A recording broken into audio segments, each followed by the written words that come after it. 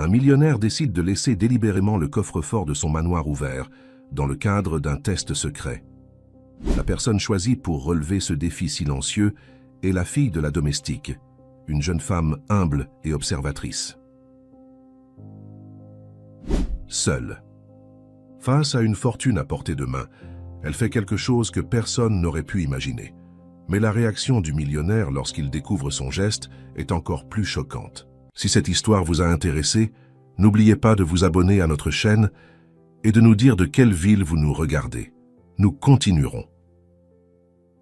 La silhouette de Laurent Mercier se découpait contre l'immense baie vitrée de son penthouse parisien. Depuis le 16e arrondissement, la vue sur la tour Eiffel était imprenable, mais Laurent ne la voyait plus vraiment. À 42 ans, cet héritier de l'empire Mercier Investissement possédait tout ce que l'argent pouvait acheter, mais vivait dans un vide émotionnel depuis l'accident d'hélicoptère qui avait emporté ses parents 3 ans plus tôt. Le luxe qui l'entourait, œuvres d'art contemporain, mobilier signé par les plus grands designers, technologie dernier cri, ne parvenait pas à combler ce gouffre. Son quotidien se résumait à une routine implacable. Lever à 5h30, natation dans sa piscine privée, petit déjeuner préparé par son chef personnel, réunion virtuelle avec ses directeurs, dîner solitaire, sommeil médicamenteux. Chaque jour ressemblait au précédent dans ce mausolée de marbre et de verre. Ce matin-là, la voix de Juliette Delacroix résonna dans l'appartement silencieux. Elle était entrée dans sa vie 6 mois plus tôt lors d'un gala de charité. Belle, sophistiquée, issue d'une famille de la haute société lyonnaise, elle avait percé sa carapace avec une facilité déconcertante. « Laurent, mon chéri, je pense vraiment que tu devrais reconsidérer cette situation avec ta nouvelle femme de ménage. » Laurent se retourna vers Juliette, admirant malgré lui son élégance naturelle. Grande, mince, ses cheveux châtains toujours parfaitement coiffés, elle portait ce matin-là un tailleur Chanel impeccable. « Quelle situation exactement ?» demanda-t-il, bien qu'il connaissait déjà la réponse. « Cette femme, Madeleine Rousseau. Elle amène sa fille au travail, Laurent. Qui fait ça? C'est totalement inapproprié. Sans compter le risque. Une enfant qui court partout dans cet appartement avec tes collections, tes objets de valeur. » Laurent soupira. Madeleine travaillait pour lui depuis seulement 2 semaines. Après le départ à la retraite de son ancienne gouvernante, qui l'avait servi pendant 20 ans, il avait dû se résoudre à engager quelqu'un d'autre. Madeleine, une femme discrète d'une 30aine d'années, s'était présentée avec d'excellentes références. Elle n'a personne pour garder sa fille, Juliette. Elle est mère célibataire. C'est justement ce qui m'inquiète. La voix de Juliette se fit plus douce, presque compatissante. Je comprends ta générosité, c'est une qualité que j'admire chez toi. Mais il y a quelque chose chez cette femme qui me dérange. Cette façon qu'elle a de baisser les yeux quand on lui parle, comme si elle cachait quelque chose. Laurent observa Juliette. Depuis quelques semaines, elle multipliait les insinuations à propos de Madeleine. Il n'avait rien remarqué de suspect chez sa nouvelle employée, mais Juliette avait toujours eu une intuition redoutable pour cerner les gens. C'était l'une des qualités qui l'avait attirée chez elle, cette capacité à lire entre les lignes, à décoder les comportements humains que lui-même, enfermé dans sa tour d'ivoire financière, ne savait plus interpréter. « Que suggères-tu ? Que je la renvoie ?»« Non, bien sûr que non. » Juliette s'approcha de lui, posa une main sur son bras. « Je dis simplement que tu devrais peut-être vérifier, tester son honnêteté. Après tout, elle a accès à tout ici. Tes biens, tes documents, ton intimité. » Laurent fronça les sourcils. La tester. Comment? Un léger sourire se dessina sur les lèvres parfaitement dessinées de Juliette. « Je ne sais pas. Peut-être laisser quelque chose de valeur à sa portée et voir ce qui se passe. » Laurent s'éloigna de la fenêtre, mal à l'aise. « Je ne suis pas sûr que ce soit éthique. » Ce qui n'est pas éthique, c'est d'abuser de la confiance d'un homme bon. Juliette caressa doucement sa joue. « Je m'inquiète pour toi, c'est tout. Depuis la disparition de tes parents, tu es vulnérable. Il y a des gens qui voient cela comme une opportunité. » Laurent se raidit à l'évocation de ses parents. La culpabilité qu'il ressentait, ce dîner annulé la veille de l'accident, ces mots non dits, cette réconciliation jamais advenue après leur dispute concernant l'avenir de l'entreprise, était toujours aussi vive. « Tu as peut-être raison », concéda-t-il finalement. Plus tard dans la journée, après le départ de Juliette pour un déjeuner caritatif, Laurent entendit les voix étouffées de Madeleine et de sa fille, Camille. L'enfant, âgé de 7 ans, avait une présence étrangement apaisante. Contrairement à ce que craignait Juliette, elle ne courait pas partout. Elle restait souvent assise à dessiner ou à lire dans un coin du salon pendant que sa mère travaillait. Madeleine lui avait expliqué, embarrassée, qu'elle n'avait pas les moyens de payer une garderie et que l'école était fermée pour vacances. Son ex-mari, qui n'avait jamais reconnu Camille, avait disparu de leur vie. Laurent, touché par sa situation et impressionné par son professionnalisme malgré ses difficultés, avait accepté cet arrangement temporaire. Ce jour-là, pourtant, les paroles de Juliette résonnaient dans son esprit. Et si Madeleine profitait de sa générosité? Et si derrière son apparente discrétion se cachait un calcul?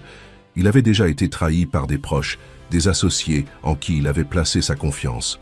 Le monde des affaires l'avait endurci. Elle lui avait appris que la confiance aveugle était une faiblesse coûteuse. Une idée germa dans son esprit. Son coffre-fort mural, dissimulé derrière un tableau dans son bureau, contenait une somme importante en liquide, un reliquat de sa dernière transaction immobilière. Il pourrait le laisser entrouvert, observer la réaction de Madeleine ou de sa fille si elle le découvrait. Ce simple test dissiperait ses doutes ou confirmerait les soupçons de Juliette. Laurent attendit que Madeleine soit occupée, dans la cuisine. Il ouvrit son coffre, laissa la porte légèrement entr'ouverte, les liasses de billets clairement visibles. Puis il fit intentionnellement tomber un livre lourd sur le parquet, produisant un bruit suffisamment fort pour attirer l'attention. Il se dissimula ensuite derrière la porte entrebâillée de la pièce adjacente, le cœur battant étrangement fort. Il se sentait ridicule, presque mesquin d'espionner ainsi ses employés. Mais les mots de Juliette avaient fait leur chemin. Depuis la disparition de ses parents, sa méfiance s'était accentuée, comme si le chagrin avait érodé sa capacité à croire en l'honnêteté fondamentale des êtres humains. Ce qu'il vit ensuite, cependant, ébranla toutes ses certitudes. Camille, attirée par le bruit, entra timidement dans le bureau. Ses yeux s'écarquillèrent lorsqu'elle aperçut le coffre entrouvert. Elle s'approcha lentement, comme hypnotisée par la vue des billets soigneusement empilés. Laurent retint son souffle, sentant une vague de honte l'envahir. Qu'avait-il fait?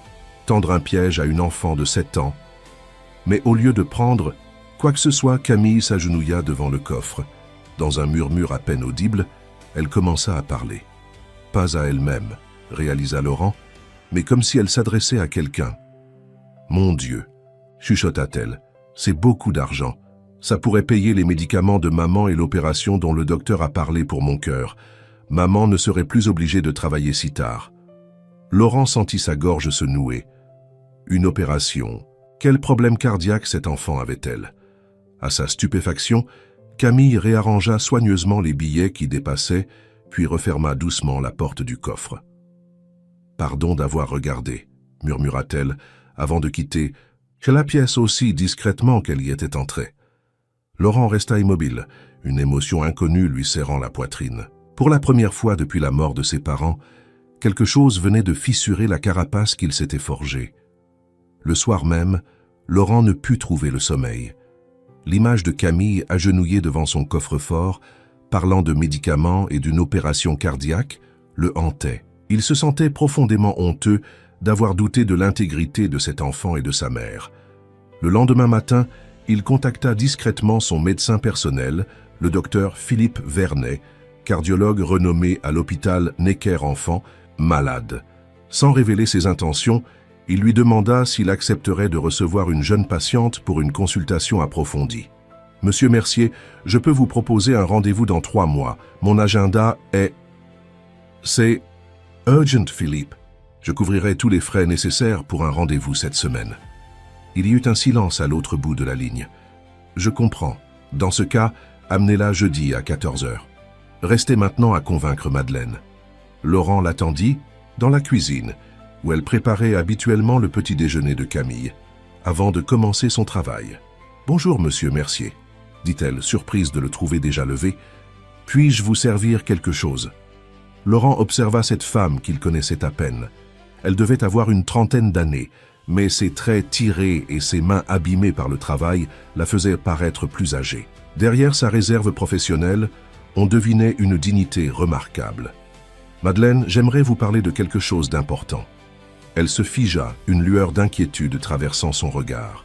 « J'espère que mon travail vous donne satisfaction, monsieur.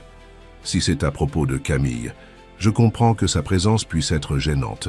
Je cherche activement une solution alternative. » « Non, ce n'est pas ça, » la rassura Laurent. « J'ai entendu Camille parler d'un problème cardiaque. Est-ce que je peux vous aider d'une façon ou d'une autre ?» Le visage de Madeleine pâlit. « Comment avez-vous… » Elle s'interrompit, puis ses épaules s'affaissèrent légèrement. « Camille est née avec une malformation cardiaque. Elle nécessite une intervention, mais les délais sont longs dans le public et je n'ai pas les moyens de consulter en privé. J'ai un ami cardiologue à Necker. Il pourrait voir Camille jeudi prochain. Avec votre permission, bien sûr. » Madeleine le regarda avec stupéfaction, puis méfiance. « Pourquoi feriez-vous cela ?» La question directe et franche le prit au dépourvu. « Parce que je le peux, » répondit-il simplement. Un silence s'installa entre eux, chargé de non-dits. Finalement, Madeleine hocha lentement la tête. « Merci, monsieur. Nous acceptons votre aide. » Les jours suivants, Laurent se surprit à observer plus attentivement la petite Camille. Malgré sa condition, elle irradiait une joie tranquille. Il la voyait parfois s'arrêter pour reprendre son souffle après un effort minime, mais elle ne se plaignait jamais. Le jeudi venu, Laurent insista pour les accompagner à l'hôpital. Dans la voiture, conduite par son chauffeur, Camille regardait défiler les rues parisiennes avec émerveillement. « Vous habitez vraiment dans un château, monsieur Laurent ?» dit-elle soudainement. « Ce n'est qu'un appartement, Camille, » répondit-il amusé. « Mais il est grand comme un château, et vous avez l'air triste comme les princes dans mes livres. » Madeleine intervint, embarrassée. « Camille, ce n'est pas poli de… » « Non, laissez, » l'interrompit doucement Laurent, puis se tournant vers Camille. « Et pourquoi les princes sont-ils tristes dans tes livres ?»« Parce qu'ils sont tout seuls dans leur grand château. Ils ont besoin de quelqu'un pour les faire sourire. » Laurent sentit quelque chose se réchauffer en lui. Cet enfant avait une perception des choses étonnante pour son âge. À l'hôpital, le docteur Vernet les reçut immédiatement. Après un examen approfondi de Camille, il convoqua Laurent et Madeleine dans son bureau. Camille souffre d'une communication interauriculaire, un trou entre les deux chambres supérieures du cœur, expliqua-t-il. C'est opérable, mais il faudrait intervenir rapidement pour éviter des complications à long terme. Madeleine serra les poings sur ses genoux. Quel est le coût d'une telle intervention? Le problème n'est pas tant le coût que la liste d'attente, répondit le médecin. Mais il jeta un regard vers Laurent. Je pourrais organiser l'opération dans les 2 semaines si M. Mercier est prêt à utiliser ses connexions. Faites le nécessaire, dit Laurent sans hésitation. Je couvrirai tous les frais. Sur le chemin du retour, Madeleine resta silencieuse, visiblement troublée. Ce n'est qu'une fois arrivée à l'appartement qu'elle prit finalement la parole, alors que Camille était allée dessiner dans le salon. « Monsieur Mercier, je ne comprends toujours pas pourquoi vous faites tout cela. » Laurent hésita. Comment expliquer ce qu'il ressentait lui-même à peine?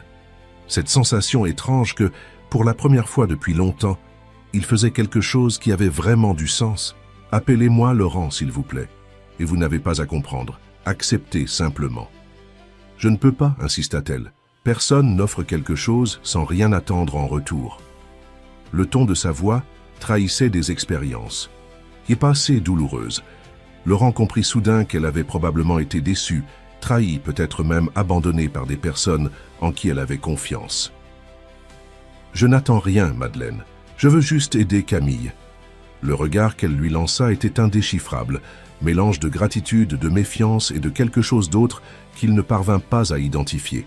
Ce soir-là, lorsque Juliette arriva pour leur dîner hebdomadaire, elle remarqua immédiatement le changement chez Laurent.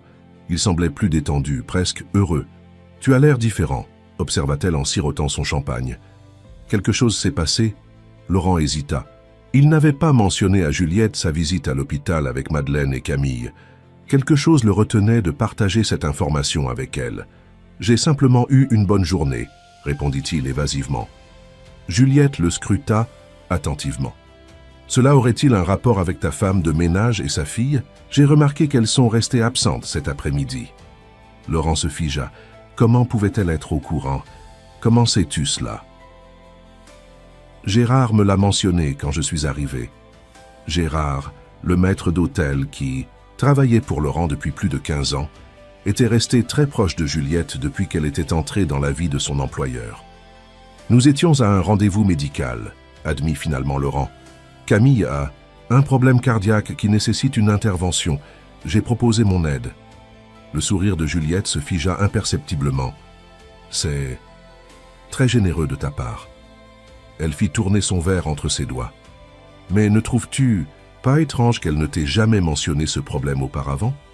Qu'elle attende que tu le découvres par hasard. Elle ne me l'a pas caché, Juliette. Elle ne pensait simplement pas que cela me concernait. Ou peut-être qu'elle attendait le bon moment pour t'apitoyer. La voix de Juliette était douce, presque triste. Laurent, je m'inquiète pour toi. Depuis la perte de tes parents, tu cherches désespérément à te raccrocher à quelque chose, à quelqu'un. C'est normal. Mais cela te rend aussi vulnérable à ce genre de manipulation. Laurent sentit une vague de colère monter en lui. Manipulation. Tu n'as pas vu cet enfant, Juliette. Tu n'as pas vu sa mère travailler jusqu'à l'épuisement tout en s'occupant d'une fille malade. Juliette posa sa main sur la sienne. Bien sûr que non. Et c'est justement ce qui m'inquiète. Je ne vois que ton cœur généreux qui s'ouvre à des étrangers alors que tu as encore tant de mal à t'ouvrir à moi. Laurent se sentit désarçonné par cette réponse. Était-ce de la jalousie qu'il percevait dans la voix de Juliette? Ou une inquiétude sincère? Je te suggère simplement d'être prudent, poursuivit-elle. Vérifie son histoire. Demande des preuves médicales antérieures. Assure-toi que tu n'es pas manipulé. Laurent acquiesça distraitement, mais au fond de lui, une certitude s'était formée. Camille n'avait pas menti. La pureté qu'il avait vue dans ses yeux lorsqu'elle avait refermé son coffre-fort était authentique. Et pour la première fois depuis des années, il avait envie de faire confiance à cette intuition plutôt qu'à sa méfiance habituelle. Ce qu'il ignorait, c'est que dans l'ombre de son vaste appartement, quelqu'un d'autre observait avec attention l'évolution de cette situation, et que cette personne n'avait pas du tout l'intention de laisser les choses suivre leur cours naturel. Les 2 semaines qui suivirent transformèrent l'atmosphère du penthouse parisien. Laurent avait insisté pour que Madeleine prenne des congés payés afin de préparer l'opération de Camille, mais à sa grande surprise, elle avait refusé. « Je préfère travailler, monsieur. » « Laurent ?» avait-elle expliqué avec cette dignité qui la caractérisait. « Rester inactive ne ferait qu'augmenter mon anxiété. Et puis, Camille se plaît ici. » C'était vrai. La petite fille semblait s'épanouir dans ce vaste appartement qu'elle explorait avec une curiosité respectueuse. Laurent la surprenait souvent en train d'observer attentivement ses tableaux ou de feuilleter avec précaution les livres de sa bibliothèque. Un après-midi, alors qu'il travaillait dans son bureau, Camille frappa timidement à sa porte. « Monsieur Laurent, je peux vous montrer quelque chose ?» Il l'invita à entrer curieux. Elle tenait un cahier de dessin contre sa poitrine. « J'ai dessiné votre maison », dit-elle en lui tendant le cahier ouvert. Laurent fut surpris par la qualité du dessin. Pour une enfant de 7 ans, Camille avait un talent remarquable. Elle avait représenté le salon principal avec une précision étonnante, capturant les détails des moulures au plafond, la disposition exacte des meubles. Mais ce qui le frappa le plus, c'était la lumière. Elle avait su saisir cette luminosité particulière qui baignait l'appartement en fin d'après-midi, quand le soleil se reflétait sur la scène et projetait des ombres dorées à travers les grandes fenêtres. « C'est magnifique, Camille. Tu as un don. » Elle sourit, révélant l'espace d'une dent de lait récemment perdue. « Maman dit que dessiner m'aide à rester calme quand mon cœur bat trop vite. » Cette simple phrase prononcée avec la candeur de l'enfance toucha Laurent, plus qu'il ne l'aurait imaginé. Il réalisa que cette petite fille vivait constamment avec la conscience de sa fragilité, et pourtant, elle transformait cette épreuve en quelque chose de beau. « Est-ce que je peux le garder ?» demanda-t-il, désignant le dessin. Les yeux de Camille s'illuminèrent. « Vraiment? Vous l'aimez tant que ça? »« Je l'adore. Je vais même l'encadrer et l'accrocher ici, dans mon bureau. » Le soir même, Laurent reçut un appel du docteur Vernet. Tout était prêt pour l'opération de Camille, programmée la semaine suivante. Les examens préopératoires décommenseraient dès lundi. Lorsqu'il transmit la nouvelle à Madeleine, celle-ci fondit en larmes, les premières qu'il lui voyait verser depuis qu'elle travaillait pour lui. « Je ne sais pas comment vous remercier, murmura-t-elle en essuyant ses joues. Vous ne pouvez pas imaginer ce que cela représente pour nous. Vous n'avez pas à me remercier, répondit-il, mal à l'aise face à cette émotion brute. N'importe qui aurait fait la même chose. Elle secoua la tête, un sourire triste aux lèvres. Non, Laurent, peu de gens auraient fait ce que vous faites. Croyez-moi, je sais de quoi je parle. Il y avait dans sa voix une douleur ancienne, profonde, qui éveilla la curiosité de Laurent. Que lui était-il arrivé? Quelle était son histoire? Pour la première fois depuis longtemps, il s'intéressait véritablement à quelqu'un d'autre que lui-même. Le week-end arriva, et avec lui, Juliette, plus élégante que jamais dans une robe Dior qui mettait en valeur sa silhouette parfaite. Elle avait prévu une soirée à l'opéra suivie d'un dîner au Jules Verne, mais Laurent lui annonça qu'il préférait rester à l'appartement. « Rester ici ?» s'étonna-t-elle. « Pourquoi? Tu adores Puccini. »« Je suis fatiguée, Juliette, et j'ai beaucoup de travail en retard. » Elle l'observa attentivement, puis son regard se posa sur le dessin de Camille, désormais encadré et accroché près de son bureau. « Qu'est-ce que c'est ?» demanda-t-elle en s'approchant. « Un dessin que Camille m'a offert. » Juliette l'examina en silence, son expression indéchiffrable. « C'est charmant, dit-elle finalement. Elle est douée. » Quelque chose dans son ton mit Laurent mal à l'aise. Juliette se tourna vers lui, son visage soudain empreint d'inquiétude. « Laurent, je dois te parler de quelque chose. J'ai fait des recherches sur Madeleine Rousseau. » Laurent se raidit. « Des recherches? Pourquoi? » « Parce que je m'inquiète pour toi. » Elle s'assit sur le canapé, lissant sa robe d'un geste élégant. « As-tu vérifié ses références? » « Avant de l'embaucher. »« Bien sûr, mon assistante s'en est chargée, tout était en ordre. »« Es-tu sûr? Parce que selon mes informations, Madeleine Rousseau a travaillé pour la famille Girard à Neuilly l'année dernière. Et devine quoi? Des bijoux ont disparu pendant son emploi. Rien n'a pu être prouvé, mais elle a été remerciée peu après. » Laurent fronça les sourcils. « C'est impossible. Ces références étaient excellentes. »« Les références peuvent être falsifiées, Laurent. » Juliette soupira. « Écoute, je ne dis pas qu'elle est malhonnête. Je dis simplement que nous devrions être vigilants. Cette femme et sa fille sont entrées dans ta vie à un moment où tu étais particulièrement vulnérable. Et maintenant, tu paies une opération cardiaque coûteuse. Tu t'attaches à cet enfant. Camille a vraiment un problème cardiaque, Juliette. Le docteur Vernet l'a confirmé. Je n'en doute pas. Mais n'est-il pas étrange que cette femme, avec une enfant gravement malade, ait choisi de travailler pour toi plutôt que de chercher un emploi avec une meilleure couverture médicale? Laurent n'avait pas envisagé les choses sous cet angle. Un doute s'insinua dans son esprit, mais il le repoussa aussitôt. Tu te trompes sur elle. Juliette se leva gracieusement et vint poser ses mains sur ses épaules. J'espère sincèrement que c'est le cas, mais promets-moi d'être prudent. Elle hésita. Si tu me le permets, j'aimerais mettre quelques objets de valeur en évidence, juste pour voir. Tu veux la tester?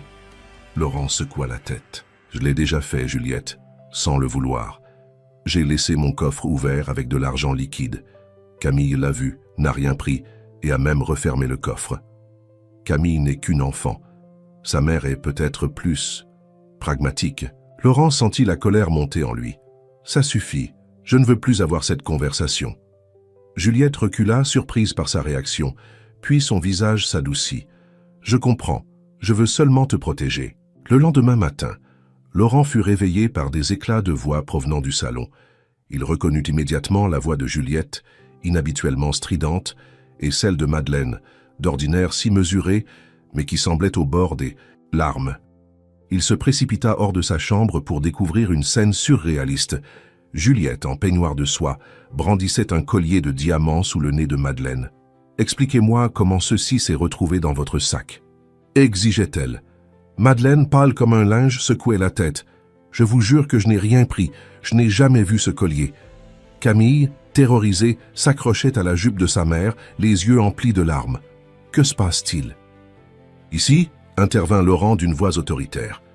Juliette se tourna vers lui, son beau visage déformé par l'indignation. « J'ai retrouvé mon collier de diamants dans le sac de votre femme de ménage, Laurent, celui que ma grand-mère m'a légué. » Laurent regarda alternativement Juliette et Madeleine, incapable de comprendre ce qui se jouait réellement sous ses yeux.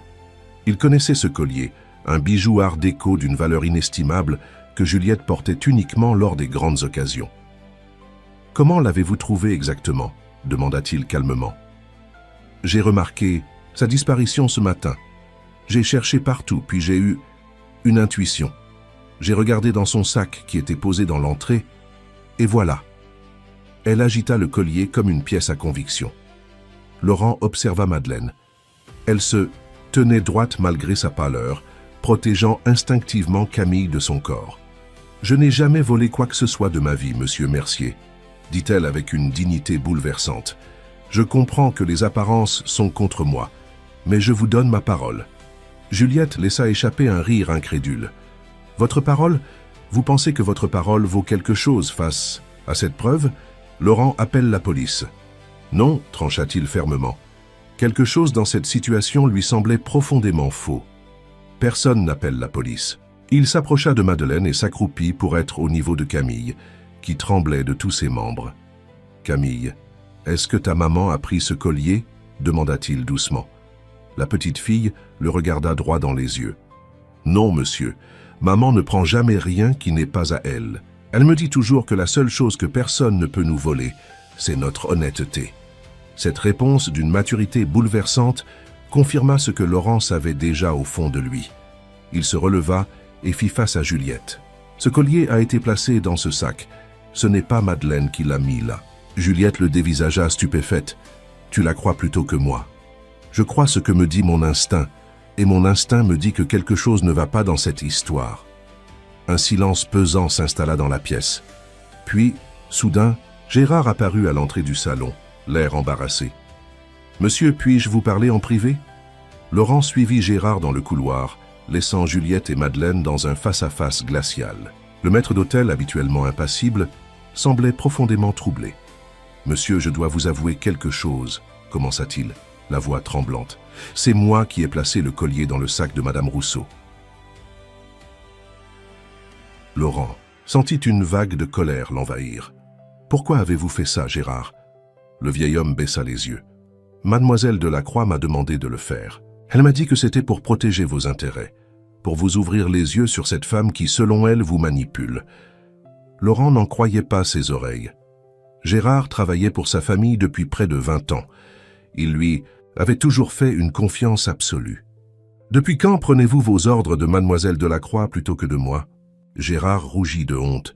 « Elle peut être très persuasive, monsieur, et elle semblait sincèrement inquiète pour vous. » Laurent ferma les yeux un instant, tentant de maîtriser sa colère. « Retournez dans le salon et dites la vérité, tout de suite. » Gérard acquiesça et le précéda dans la pièce.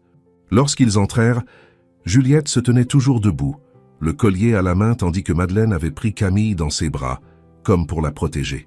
« J'ai quelque chose à dire, » annonça Gérard d'une voix mal assurée. « C'est moi qui ai mis le collier dans le sac de Madame Rousseau, sur les instructions de Mademoiselle Delacroix. » Un silence de plomb s'abattit sur la pièce. Le visage de Juliette se décomposa sous le choc, puis se recomposa rapidement en un masque d'indignation. « Comment osez-vous m'accuser d'une chose pareille ?» s'exclama-t-elle. « Laurent, cet homme ment. »« Pourquoi mentirait-il » répondit froidement Laurent. « Gérard m'a toujours servi avec loyauté. Justement, il vous est loyal à vous, pas à moi. Il invente cette histoire pour vous plaire, parce qu'il voit bien que vous vous êtes entiché de cette femme et de sa fille. » Laurent se tourna vers Madeleine, qui observait la scène avec une expression indéchiffrable.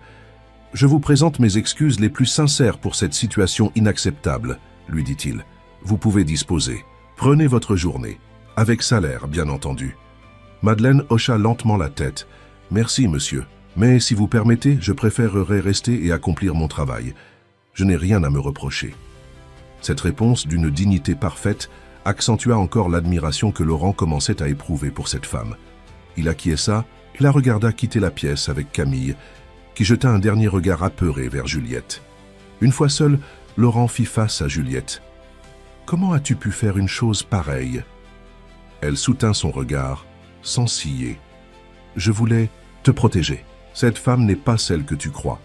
Tu as tenté de faire accuser une innocente de vol, une mère célibataire qui travaille dur pour subvenir aux besoins de sa fille malade. »« J'ai fait ce que n'importe quelle femme amoureuse aurait fait, » s'écria Juliette. « Je te vois t'attacher à peu t'éloigner de moi. Ce n'est pas de l'amour, c'est de la manipulation, répliqua Laurent avec dégoût. Je veux que tu quittes cet appartement. Maintenant. Juliette pâlit. Tu ne peux pas être sérieux. Je n'ai jamais été plus sérieux de ma vie. Va-t'en. Elle le fixa un long moment, comme si elle cherchait à lire en lui. Puis un sourire étrange se dessina sur ses lèvres.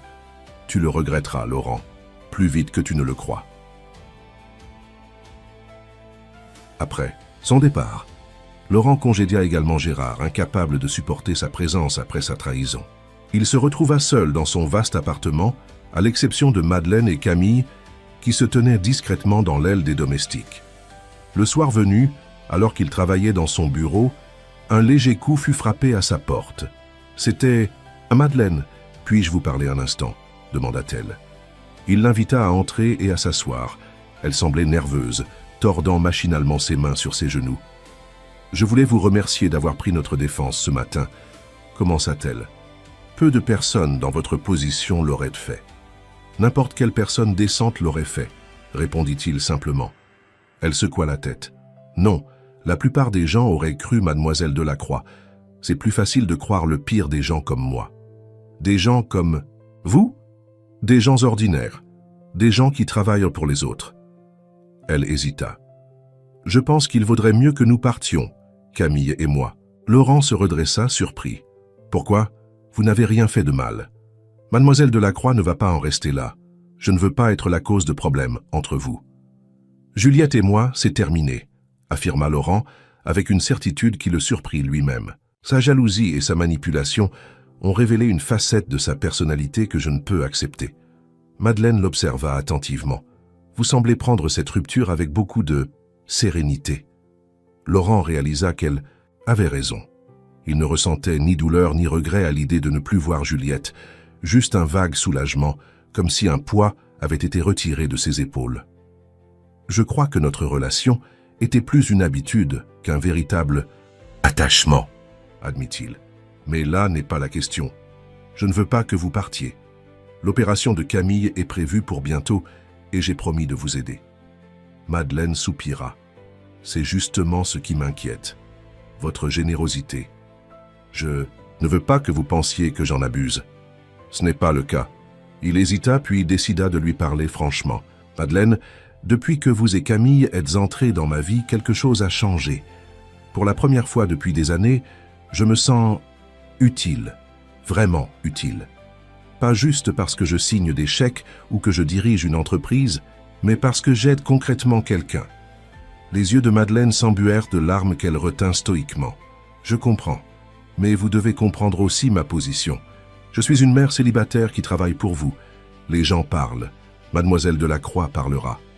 Je me moque de ce que pensent les gens. » Elle sourit tristement. « C'est un luxe que vous pouvez vous permettre. Pas moi. » Laurent comprit soudain toute la complexité de la situation du point de vue de Madeleine. Il réalisa que sa propre fortune, son statut social, lui permettait d'ignorer les conventions, les apparences. Mais pour une femme dans la position de Madeleine, la réputation était tout ce qu'elle possédait. « Très bien, » concéda-t-il finalement. « Mais promettez-moi au moins de rester jusqu'à l'opération de Camille et sa convalescence. Après, si vous souhaitez toujours partir, je ne vous retiendrai pas. Je vous aiderai même à trouver un autre emploi. » Madeleine hésita, puis acquiesça lentement. « D'accord. Jusqu'à la convalescence de Camille. » Les jours qui suivirent se déroulèrent dans un calme relatif. Juliette ne donna aucun signe de vie, ce qui soulagea Laurent. Il accompagna Madeleine et Camille à tous les rendez-vous préopératoires, impressionné par le courage de la petite fille face aux nombreux examens. Le docteur Vernet était optimiste. L'opération devrait se dérouler sans complications, assura-t-il. Camille est jeune et malgré sa condition en bonne santé générale, sa récupération devrait être rapide.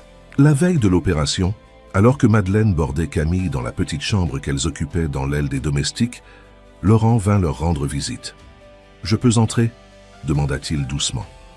Camille, déjà en pyjama, lui fit un grand sourire. « Monsieur Laurent, venez voir ce que j'ai dessiné aujourd'hui. » Il s'approcha du lit et examina le dessin qu'elle lui tendait fièrement.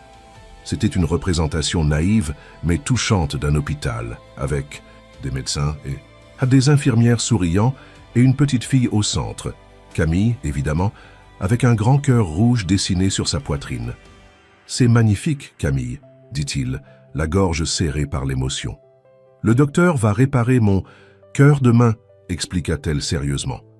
Comme ça, il sera tout neuf et je pourrai courir sans m'arrêter pour respirer. » Laurent échangea un regard avec Madeleine, qui observait sa fille avec un mélange de fierté et d'appréhension. « Tu as peur pour demain ?» demanda-t-il à Camille. Elle réfléchit un instant.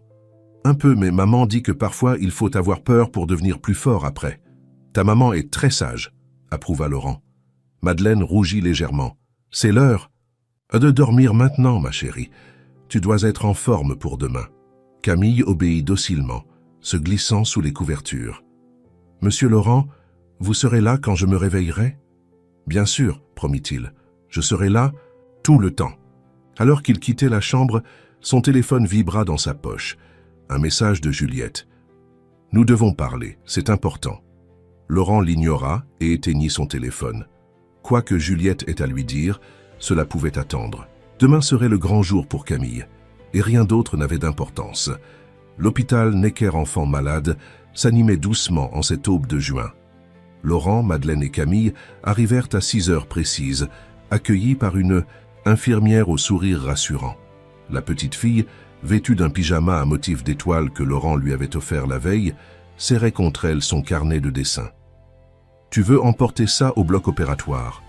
demanda l'infirmière avec gentillesse.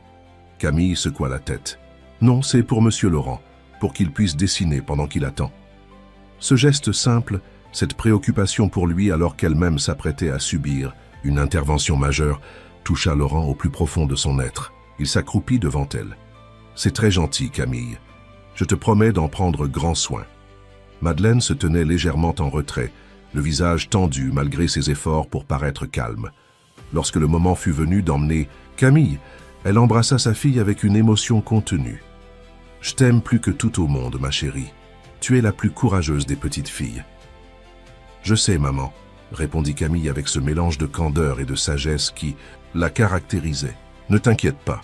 Monsieur Laurent va prendre soin de toi pendant que les docteurs prennent soin de moi. » Laurent fut frappé par cette inversion des rôles, cet enfant qui tentait de rassurer sa mère plutôt que l'inverse. Il promit silencieusement d'être à la hauteur de cette confiance. Alors que Camille disparaissait au bout du couloir, Madeleine resta immobile, comme pétrifiée. Laurent posa doucement une main sur son épaule. « Venez, nous allons prendre un café, l'opération va durer plusieurs heures. » À la cafétéria de l'hôpital, Madeleine fixait sa tasse sans la toucher. Laurent respecta son silence pendant un moment puis tenta de la distraire. « Parlez-moi d'elle, de Camille. Comment était-elle bébé ?» Un léger sourire éclaira le visage de Madeleine. Déjà déterminée, elle a marché très tôt, parlé avant les autres enfants, comme si elle était pressée de découvrir le monde. Elle hésita. Nous avons découvert son problème cardiaque quand elle avait 3 ans. Elle s'essoufflait anormalement vite. Les médecins ont dit qu'il faudrait opérer un jour, mais que nous pouvions attendre qu'elle soit plus grande. Seulement, sans assurance adéquate, c'était impossible, compléta Laurent. Elle acquiesça. J'ai essayé. Pourtant, j'ai économisé chaque centime. Mais entre le loyer, les médicaments, la nourriture, sa voix se brisa. Parfois, je me sens tellement impuissante. Comme si, quoi que je fasse, ce ne sera jamais assez pour elle. Vous êtes une mère extraordinaire, Madeleine. Camille est une enfant heureuse, équilibrée, gentille. C'est le reflet de l'éducation que vous lui donnez. Elle le regarda avec reconnaissance. C'est gentil de dire cela. Ce n'est pas de la gentillesse, c'est la vérité. Il hésita. Puis-je vous poser une question personnelle? Le père de Camille. Le visage de Madeleine se ferma instantanément. Il n'y a pas grand-chose à dire. Olivier Leroy, un homme que j'ai cru aimer. Quand je suis tombée enceinte, il a disparu. Il n'a jamais reconnu Camille. Laurent sentit une vague de colère envers cet homme qu'il ne connaissait pas. Je suis désolé. Ne le soyez pas. Sans lui, je n'aurais pas Camille. Et elle. Et ce qui m'est arrivé de meilleur dans la vie. Leur conversation fut interrompue par une sonnerie de téléphone, celui de Madeleine. Elle regarda l'écran et fronça les sourcils. « Je ne connais pas ce numéro », murmura-t-elle avant de répondre. « Allô ?» Laurent observa son visage passer de la confusion à la stupéfaction, puis à une pâleur inquiétante. Comment avez-vous eu mon numéro » demanda-t-elle d'une voix blanche. « Non, c'est impossible. Vous n'avez aucun droit. » Elle raccrocha brusquement, les mains tremblantes. « Que se passe-t-il » s'inquiéta Laurent. C'était lui, Olivier, le père de Camille. Elle semblait en état de choc. Il dit qu'il veut voir sa fille, qu'il regrette, qu'il va faire valoir ses droits parentaux. Après 7 ans d'absence, s'indigna Laurent. C'est absurde. Il dit qu'il a changé, qu'il est prêt à assumer ses responsabilités maintenant. Madeleine passa une main sur son visage. Mon Dieu, pourquoi maintenant? Comment a-t-il su pour l'opération? Cette dernière question frappa Laurent comme un coup de poing. La coïncidence était trop parfaite. Olivier réapparaissait précisément le jour où sa fille subissait une opération majeure. Comment pouvait-il être au courant? Une pensée troublante s'imposa à lui. « Juliette, murmura-t-il. « Pardon ?» Juliette pourrait être derrière tout cela. Il lui expliqua rapidement ses soupçons. Elle m'a envoyé un message, ça hier soir, disant que nous devions parler. Et maintenant, comme par hasard, le père de Camille réapparaît. Madeleine le fixa, incrédule. Vous pensez qu'elle aurait pu retrouver Olivier et l'encourager à revenir dans nos vies? Juste pour quoi? Se venger. Pour nous déstabiliser, pour reprendre le contrôle. Laurent sortit son téléphone. Je vais éclaircir cette histoire. Il composa le numéro de Juliette, qui répondit à la première sonnerie, comme si elle attendait son appel. Laurent, enfin, j'ai essayé de te joindre toute la nuit. Qu'est-ce que tu as fait, Juliette? Un silence. De quoi parles-tu? Le père de Camille. C'est toi qui l'as retrouvé, n'est-ce pas? Un nouveau silence, plus long cette fois, puis un rire léger, presque musical. Je vois que tu as compris plus vite que prévu. Oui, c'est moi. J'ai engagé un détective privé. Ce n'était pas si difficile, finalement. Olivier Leroy, modeste comptable à Bordeaux, récemment divorcé. Il ignorait totalement qu'il avait une fille. Et tu lui as dit qu'il devrait réclamer ses droits parentaux? Je lui ai simplement ouvert les yeux sur une partie de sa vie qu'il ignorait. Le reste, c'est sa décision. Laurent sentit une rage froide l'envahir. Pourquoi, Juliette? Par pure méchanceté? Par amour, Laurent. Sa voix se fit plus douce. Tu ne vois pas ce qui se passe? Cette femme et sa fille t'ont ensorcelé. Tu n'es plus toi-même. Tu t'attaches à des étrangers, alors que moi, qui t'aime sincèrement, tu me rejettes. J'essaie juste de te protéger. Me protéger? En faisant souffrir un enfant innocent et sa mère? Je te protège de toi-même, de ta naïveté. Cette femme ne t'aime pas, Laurent. Elle aime ce que tu peux lui apporter. Sécurité financière, soins médicaux pour sa fille, statut social. Tu te trompes complètement sur elle. Juliette soupira. Tu es aveuglé, mais un jour, tu me remercieras. En attendant, je te conseille de te préparer. Olivier Leroy est déterminé à rencontrer sa fille. Il envisage même de demander la garde partagée. Laurent raccrocha, écœuré. Lorsqu'il releva les yeux, il croisa le regard de Madeleine, un regard rempli de peur mais aussi d'une détermination farouche. « Je ne laisserai pas cet homme perturber la vie de Camille », déclara-t-elle. « Il n'a pas le droit, pas après toutes ces années d'absence. »« Nous ne le laisserons pas faire, » assura Laurent. « Je vous aiderai, je connais d'excellents avocats. » Madeleine le fixa intensément. « Pourquoi faites-vous tout cela pour nous, Laurent? La vérité. » La question le prit au dépourvu. Pourquoi, en effet? Il chercha en lui-même la réponse et fut surpris par sa propre clarté intérieure. « Parce que vous et Camille m'avez rappelé ce que c'est que d'être humain, d'avoir des émotions, de se soucier d'autre chose que de comptes bancaires et de réunions d'affaires. » Il hésita. « Depuis la disparition de mes parents, je me suis enfermé dans une forteresse émotionnelle. Vous l'avez fissurée. » Madeleine sembla sur le point de répondre, mais elle fut interrompue par l'arrivée du docteur Vernet, encore vêtu de sa tenue de bloc. « L'opération s'est parfaitement déroulée, » annonça-t-il avec un sourire rassurant. « Camille est en salle de réveil. Elle devrait se réveiller dans 1 heure environ. » Madeleine laissa échapper un sanglot de soulagement. Sans réfléchir, Laurent la prit dans ses bras. Elle s'abandonna un instant contre lui, puis se redressa, les joues rougies. « Pardonnez-moi, » murmura-t-elle, « c'est l'émotion. Vous n'avez pas à vous excuser. » Ils suivirent le docteur Vernet jusqu'à la salle de réveil. Camille semblait si petite, si fragile dans ce grand lit d'hôpital, entourée de machines qui bipaient doucement. Madeleine s'assit à son chevet, prenant délicatement sa petite main dans la sienne. Laurent les observait, ému par ce tableau lorsque son téléphone vibra à nouveau. Un message de son assistant personnel. « Monsieur Mercier, un certain Olivier Leroy insiste pour vous parler. Il dit que c'est au sujet de Camille Rousseau. Que dois-je lui dire ?» Laurent sentit son cœur se serrer. Le combat ne faisait que commencer. Laurent quitta discrètement la chambre d'hôpital, ne voulant pas troubler ce moment entre Madeleine et sa fille. Dans le couloir, il appela immédiatement son assistant. « Thomas, n'accepte aucun appel de cet homme.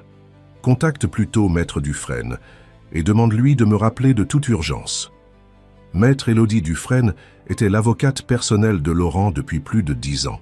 Brillante juriste spécialisée en droit de la famille, elle le rappela moins de 15 minutes plus tard. « Laurent, que se passe-t-il » Thomas semblait alarmé. Il lui expliqua rapidement la situation. Camille, Madeleine, la réapparition soudaine du père biologique. « Si je comprends bien, » résuma l'avocate, « ce monsieur Leroy n'a jamais reconnu légalement l'enfant. À ma connaissance, non. Il a abandonné Madeleine dès l'annonce de sa grossesse. Alors sa position est très fragile juridiquement. Pour faire valoir des droits parentaux, il devrait d'abord établir sa paternité, puis prouver qu'il est dans l'intérêt de l'enfant d'entrer dans sa vie après 7 ans d'absence. Les tribunaux sont généralement réticents à perturber l'équilibre d'un enfant sans raison valable. » Laurent sentit un léger soulagement. « Que conseillez-vous » ? « Pour l'instant, rien. Ne le contactez pas. S'il insiste, nous pourrons envisager une mise en demeure. Et si nécessaire, nous irons devant un juge pour obtenir une ordonnance de protection. » Elle fit une pause. « Cependant, je dois vous prévenir. Votre implication personnelle dans cette affaire pourrait être interprétée défavorablement. » « Que voulez-vous dire ? Un homme fortuné qui s'implique dans la vie d'une femme de ménage et de sa fille, qui paie une opération coûteuse. Cela pourrait être présenté sous un jour suspect par un avocat habile. » Laurent sentit la colère monter en lui. « C'est absurde. Mes intentions sont parfaitement honorables. Je n'en doute pas, Laurent, mais nous devons anticiper toutes les stratégies possibles. » Après avoir raccroché, Laurent resta un moment immobile dans le couloir de l'hôpital. Les paroles d'Élodie résonnaient dans son esprit. Comment ces actions, motivées par la compassion et une forme d'affection naissante, pouvaient-elles être déformées à ce point? Lorsqu'il retourna dans la chambre, Camille était réveillée, encore groggy mais souriante. Ses yeux s'illuminèrent en l'apercevant. « Monsieur Laurent, vous avez tenu votre promesse. »« Bien sûr, » répondit-il en s'approchant du lit. « Comment te sens-tu ?»« Bizarre, comme si un éléphant s'était assis sur ma poitrine. » Elle grimaça comiquement, faisant sourire sa mère malgré son inquiétude. « Le docteur dit que c'est normal après ce genre d'opération, » expliqua Madeleine. « La douleur va diminuer progressivement. » Laurent remarqua les cernes sous les yeux de Madeleine, sa posture tendue. « Vous devriez vous reposer un peu, » suggéra-t-il. « Je peux rester avec Camille pendant que vous allez prendre l'air ou manger quelque chose. » Madeleine hésita. « Je ne veux pas la laisser. »« Maman, va te reposer, » intervint Camille avec une maturité surprenante. « Monsieur Laurent, va bien s'occuper de moi, on va dessiner ensemble. » Finalement convaincue, Madeleine quitta la chambre à contre-cœur, promettant de revenir dans 1 heure maximum. Une fois seule avec Camille, Laurent sortit le carnet de dessin qu'elle lui avait confié plus tôt. « Alors par quoi commençons-nous » Camille réfléchit un instant. « Dessinez-moi votre endroit préféré au monde. » La demande-le prit au dépourvu. Son endroit préféré? Il n'y avait jamais vraiment réfléchi. Après un moment d'hésitation, il commença à esquisser maladroitement une petite maison de campagne. « C'est le cottage de mes grands-parents en Normandie, » expliqua-t-il. « Quand j'étais petit, nous y passions tous les étés. C'était avant que l'entreprise de mon père ne prenne de l'ampleur. Après, nous sommes allés dans des endroits plus prestigieux. Mais je n'ai jamais retrouvé la simplicité de ces moments. » Camille observait son dessin avec attention.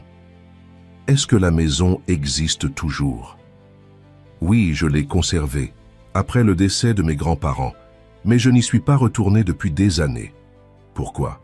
Une question simple, directe, comme seuls les enfants savent en poser. Laurent chercha une réponse honnête. « Je crois que j'ai peur des souvenirs qui y sont attachés, des moments de bonheur qui ne reviendront plus. » Camille le regarda avec une expression étrangement sage. « Maman dit que les souvenirs heureux ne sont pas tristes. Ils nous rappellent que le bonheur existe et qu'il peut revenir. Laurent sourit, touché par cette philosophie enfantine, et pourtant si profonde. Ta maman est très sage. Je sais. Camille bâilla soudain. Je crois que je vais dormir un peu, vous restez? Bien sûr. Il la regarda s'endormir, sa petite poitrine se soulevant et s'abaissant paisiblement. Comment était-il possible de s'attacher si profondément à quelqu'un en si peu de temps? Cet enfant, avec sa franchise désarmante et sa sagesse intuitive, avait réveillé en lui des émotions qu'il croyait avoir enfouies à jamais.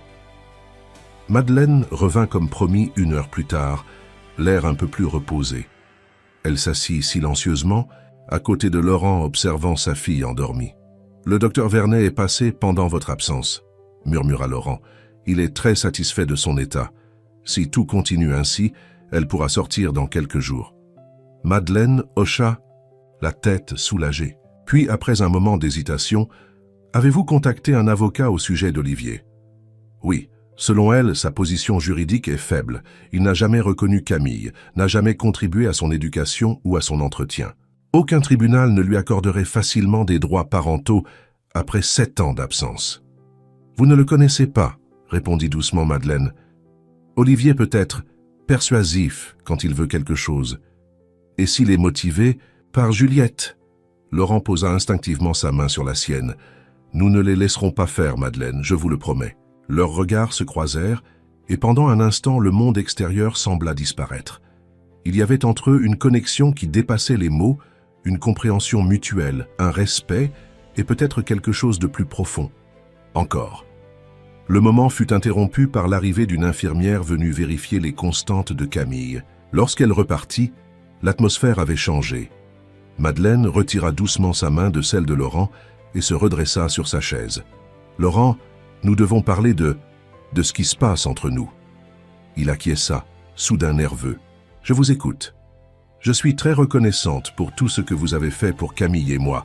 Sans vous, l'opération n'aurait pas été possible. » Mais elle prit une profonde inspiration. « Je ne peux pas m'empêcher de me demander si votre intérêt pour nous n'est pas simplement une réaction à votre solitude. » La franchise de Madeleine le désarçonna. « Que voulez-vous dire? Vous avez perdu vos parents. Vous vivez seul dans cet immense appartement. Votre relation avec Juliette n'était visiblement pas épanouissante. Et soudain, nous apparaissons, une mère célibataire et sa fille malade. Le parfait projet de sauvetage. » Laurent se sentit blessé par ces paroles, mais il reconnut leur part de vérité. « C'est peut-être ainsi que tout a commencé, admit-il. Mais ce que je ressens maintenant est différent, plus profond. Qu'est-ce que vous ressentez exactement, Laurent ?» La question flotta entre eux, chargée d'implication. Laurent chercha les mots justes, conscient de leur importance. « Je ressens une connexion que je n'ai jamais éprouvée auparavant. Avec Camille, bien sûr. Son innocence, sa sagesse naturelle, sa joie de vivre malgré les épreuves. Mais aussi avec vous, Madeleine. Votre force, votre dignité, votre amour inconditionnel pour votre fille. Vous m'avez rappelé ce que signifie être pleinement humain, avec toutes les vulnérabilités et les beautés que cela implique. » Madeleine l'écoutait attentivement, son expression indéchiffrable. « Et si ce n'est qu'une illusion? Si, une fois Camille guérie et la vie revenue à la normale, vous réalisez que nous ne sommes pas ce dont vous avez besoin? Je ne peux pas prédire l'avenir, Madeleine. Personne ne le peut. Mais je sais ce que je ressens maintenant, et je suis prêt à explorer ce chemin si vous l'êtes aussi. » Elle détourna le regard, visiblement troublée. « J'ai peur, Laurent. Peur pour Camille, qui s'est déjà tellement attachée à vous. Peur pour moi-même aussi. Je ne peux pas me permettre de construire des châteaux en Espagne. Ma vie a toujours été ancrée dans la réalité, parfois dure, mais réelle. » Je comprends. Il respectait trop Madeleine. Pour la presser. Prenons le temps. Concentrons-nous d'abord sur le rétablissement de Camille.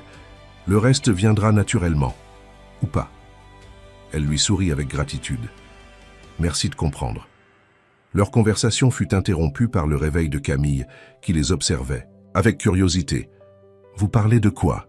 demanda-t-elle d'une voix encore ensommeillée.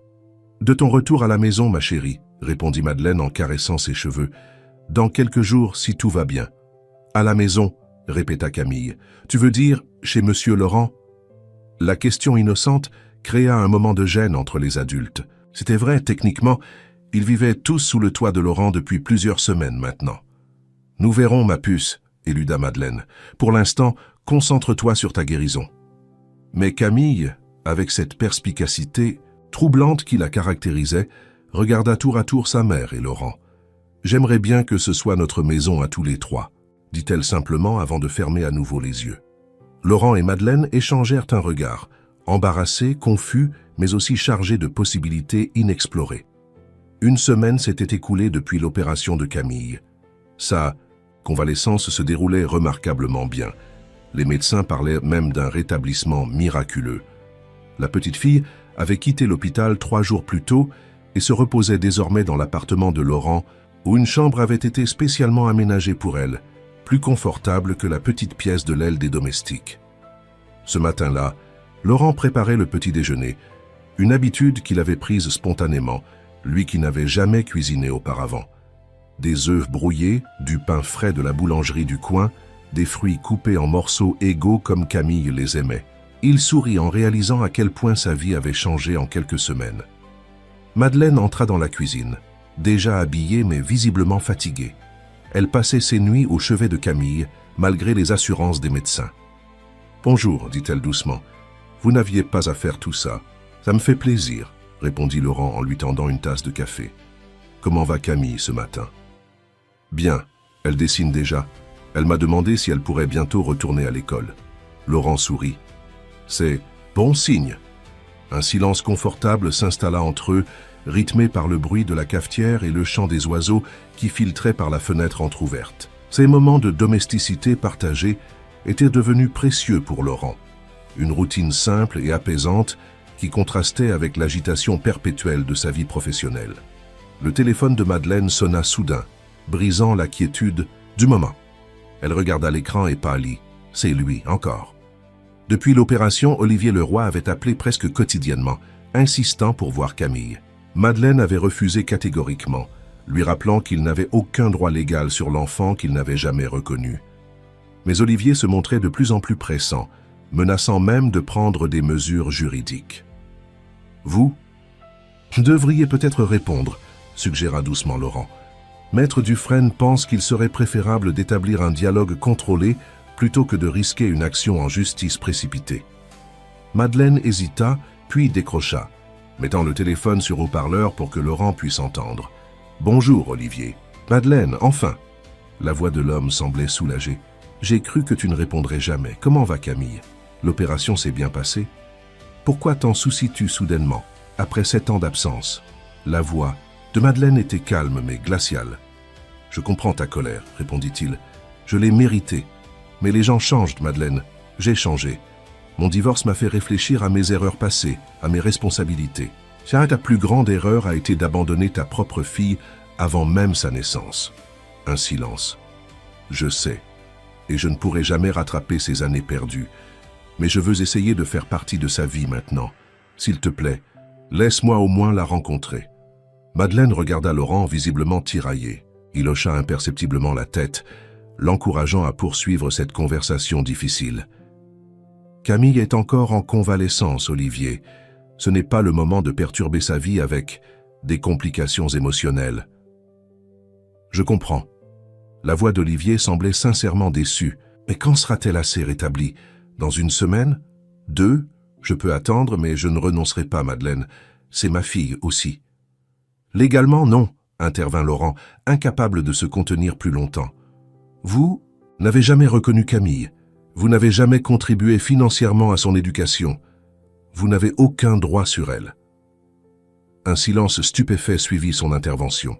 « Qui êtes-vous » demanda finalement Olivier, sa voix soudain tendue. « Laurent Mercier, un ami de Madeleine et Camille. »« Ah, le fameux bienfaiteur. » Le ton d'Olivier était devenu sarcastique. « Mademoiselle Delacroix m'a parlé de vous, de votre implication dans la vie de ma fille. » Laurent et Madeleine échangèrent un regard alarmé. Comme ils le craignaient, Juliette continuait à manipuler la situation en coulisses. « Juliette Delacroix n'est plus dans ma vie, » répondit froidement Laurent, et ses insinuations n'ont aucune valeur. « Vraiment ? Elle semblait pourtant bien informée sur votre relation avec Madeleine, sur votre Générosité soudaine envers une simple employée et sa fille. Les gens pourraient se poser des questions, vous savez. La menace à peine voilée était claire. Laurent sentit la colère monter en lui, mais Madeleine posa une main apaisante sur son bras. « Olivier, » reprit-elle calmement, « si tu souhaites sincèrement rencontrer Camille, nous pouvons peut-être l'envisager, mais à mes conditions. Dans un lieu neutre, en ma présence, et seulement quand elle sera complètement rétablie. » « Et quand ? Monsieur Mercier aura vérifié mon pédigré, j'imagine » railla Olivier.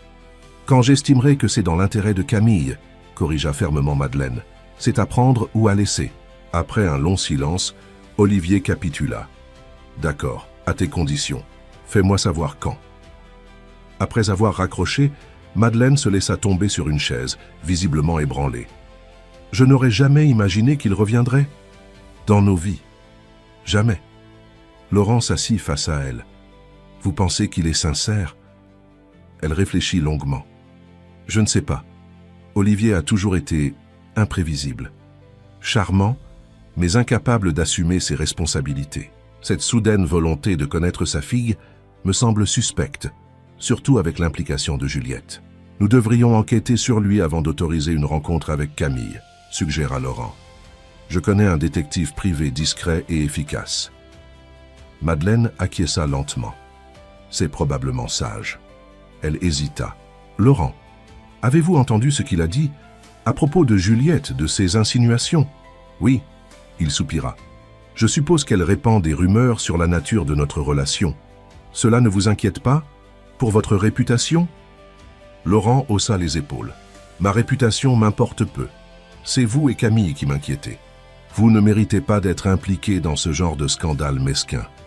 Madeleine le regarda avec une intensité nouvelle. Pourquoi nous avez-vous laissé entrer dans votre vie, Laurent? La vérité. Il fut surpris par la directe de la question, mais y répondit avec une honnêteté totale. Au début, c'était sans doute par culpabilité. J'ai eu honte de vous avoir testé, d'avoir douté de votre intégrité. Puis, c'est devenu autre chose. Une admiration profonde pour votre force, votre dignité face aux épreuves, et enfin, il chercha ses mots. Une sorte de révélation. Je me suis rendu compte que toute ma fortune, tout mon succès professionnel, n'avait aucun sens si je ne pouvais partager ma vie avec des personnes qui comptent vraiment pour moi. Madeleine l'écoutait attentivement, ses yeux brillants d'une émotion contenue. Et maintenant, je sais que je veux. Que vous restiez dans ma vie, toutes les deux. Sous quelle forme exactement, c'est à nous de le déterminer ensemble si vous le souhaitez. Mais je ne veux plus revenir à mon existence d'avant, cette solitude dorée qui n'était qu'une prison confortable. Un bruit de pas léger les interrompit. Camille apparut à la porte de la cuisine en pyjama, son carnet de dessin sous le bras. « Bonjour » lança-t-elle joyeusement. « J'ai faim. » Laurent et Madeleine échangèrent un sourire complice, leur conversation intime momentanément suspendue. « Ton petit déjeuner est prêt, ma puce » dit Madeleine, en l'aidant à s'installer. Camille examina son assiette avec satisfaction. « Les fruits sont parfaitement coupés » déclara-t-elle sérieusement, faisant rire les adultes. Puis elle se tourna vers Laurent.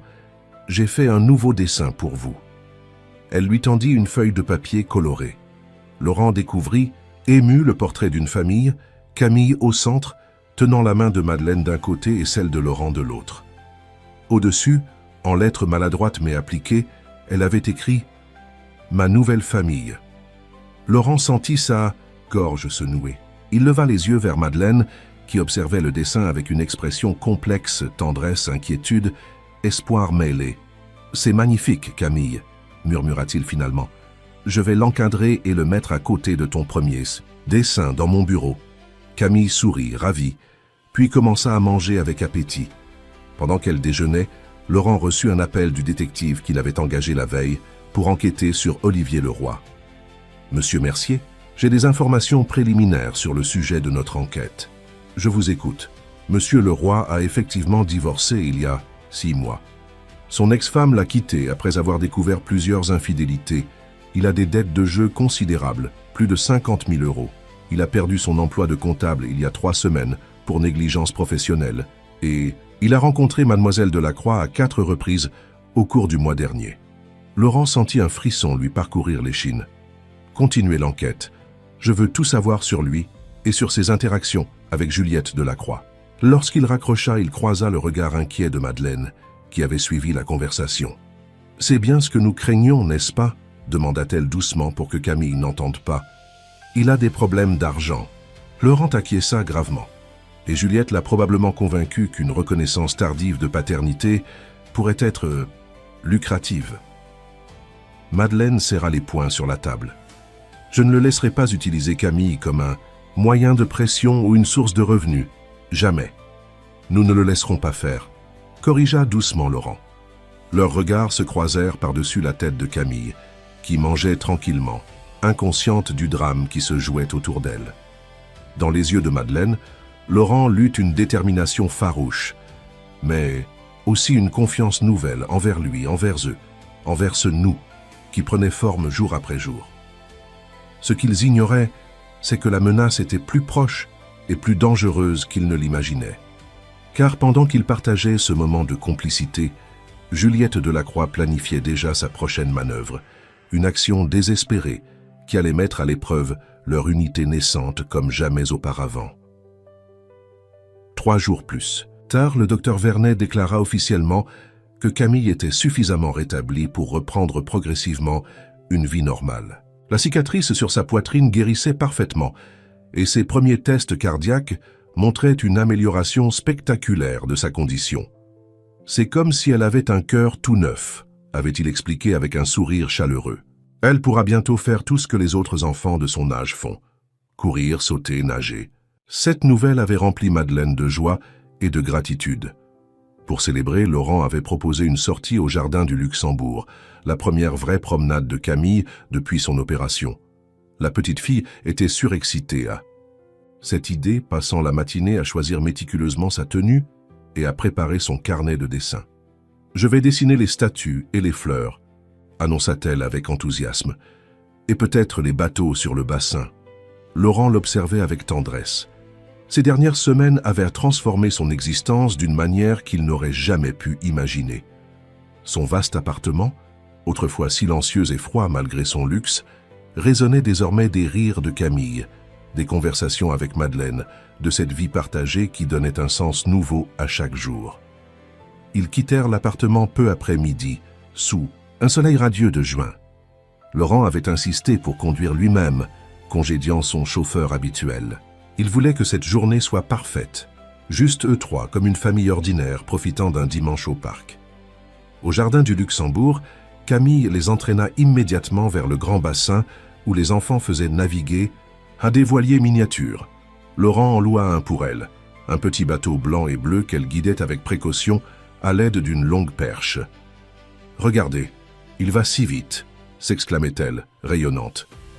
Madeleine, assise sur un banc, à proximité, observait sa fille avec une expression de bonheur pur. « Je ne l'ai jamais vue aussi libre », murmura-t-elle à Laurent qui s'était assis à côté d'elle, comme si un poids avait été retiré de ses épaules, de nos épaules à toutes les deux. Laurent prit doucement sa main dans la sienne. À sa surprise, elle ne la retira pas. Au contraire, ses doigts s'entrelacèrent aux siens dans un geste qui semblait aussi naturel que respiré. « Madeleine, commença-t-il, le cœur battant.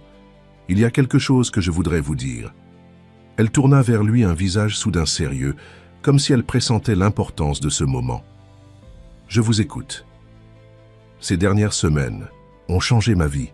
Vous avez changé ma vie, vous et Camille. Je n'avais jamais réalisé à quel point j'étais seul, vide, jusqu'à ce que vous entriez dans mon existence. Et maintenant, je ne peux plus imaginer un retour en arrière. Je ne veux plus de cette solitude.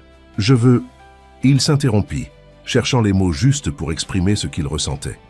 Ce n'était pas simplement de l'affection ou de la tendresse, c'était plus profond, plus essentiel, comme si Madeleine et Camille étaient devenues une partie, indispensable de lui-même. « Je veux que vous restiez », finit-il par dire. Simplement, pas comme employé et employeur, pas comme ami, mais comme « Maman, monsieur Laurent, regardez !» La voix excitée de Camille les interrompit. Ils tournèrent la tête vers le bassin, mais Camille n'y était plus. Elle se tenait près de la fontaine Médicis, agitant frénétiquement la main pour attirer leur attention. À côté d'elle se trouvait un homme d'une trentaine d'années, élégamment vêtu, qui la tenait par l'épaule avec une familiarité qui fit immédiatement se lever Laurent et Madeleine. « Qui est-ce » demanda Laurent, tendu. Le visage de Madeleine s'était vidé de toute couleur. « Olivier, murmura-t-elle, comment a-t-il su que nous serions ici ?» Ils se précipitèrent vers Camille, qui semblait confuse, mais pas effrayée. « Maman, ce monsieur dit qu'il me connaît, » lança-t-elle avec innocence. Olivier Leroy était plus grand que Laurent ne l'avait imaginé, avec un charme évident qui transparaissait dans son sourire assuré et ses yeux noisettes, les mêmes que ceux de Camille, réalisa-t-il avec un pincement au cœur. « Madeleine, » salua Olivier avec une aisance déconcertante. « Quelle coïncidence de vous trouver ici. »« Ce n'est pas une coïncidence, » répliqua froidement Madeleine. « Comment as-tu su ?» Olivier haussa les épaules avec désinvolture. Paris est une petite ville, en fin de compte. Son regard se posa sur Laurent. « Monsieur Mercier, je présume. » Les deux hommes s'évaluèrent mutuellement dans un silence tendu. Laurent perçut immédiatement ce qui avait pu séduire Madeleine des années auparavant. Un charisme naturel, une assurance presque magnétique. Mais il décela également quelque chose de plus trouble sous la surface polie, une dureté, calculatrice dans le regard, une tension dans la posture. « Maman, qui est ce monsieur ?» insista Camille, perturbée par l'atmosphère soudain électrique. Madeleine prit une profonde inspiration.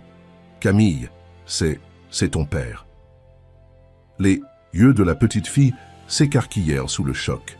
Elle dévisagea Olivier avec une intensité nouvelle, cherchant peut-être dans ses traits une confirmation de cette révélation bouleversante. « Mon père ?»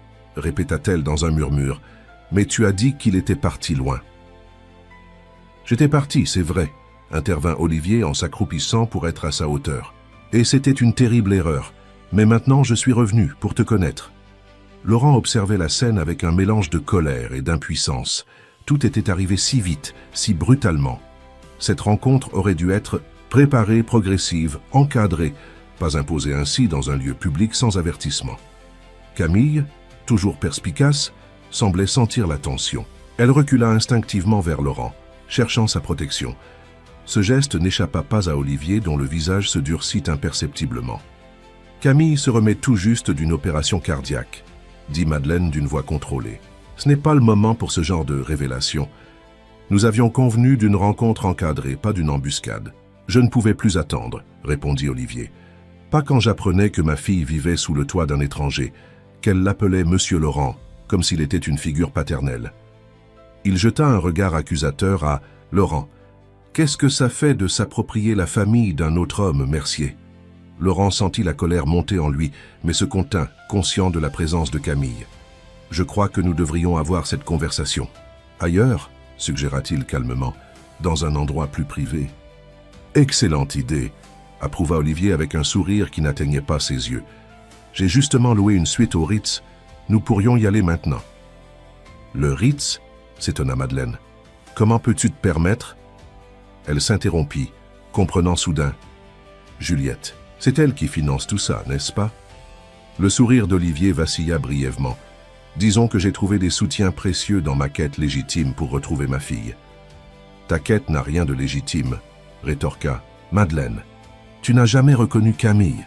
Tu n'as jamais versé un centime pour son éducation ou ses soins médicaux. Tu n'as aucun droit sur elle. » « Les tribunaux pourraient en juger autrement, » menaça Olivier. « Surtout quand ils apprendront que tu as placé notre fille sous l'influence d'un homme riche qui t'emploie. Les apparences sont troublantes. Tu ne trouves pas ?» Laurent intervint, incapable de se contenir davantage. « C'est un chantage ?»« Un arrangement, plutôt, » corrigea Olivier avec un sourire mielleux. « Je suis prêt à renoncer à toute revendication paternelle en échange d'une compensation adéquate pour ces années de séparation forcée. » Madeleine laissa échapper un rire incrédule. « Tu n'as pas changé, Olivier, toujours à chercher le chemin le plus facile, toujours à monétiser tes responsabilités. » Pendant cet échange tendu, personne n'avait remarqué que Camille s'était éloignée de quelques pas, visiblement bouleversée par ce qu'elle entendait. Ce fut Laurent qui s'en aperçut le premier.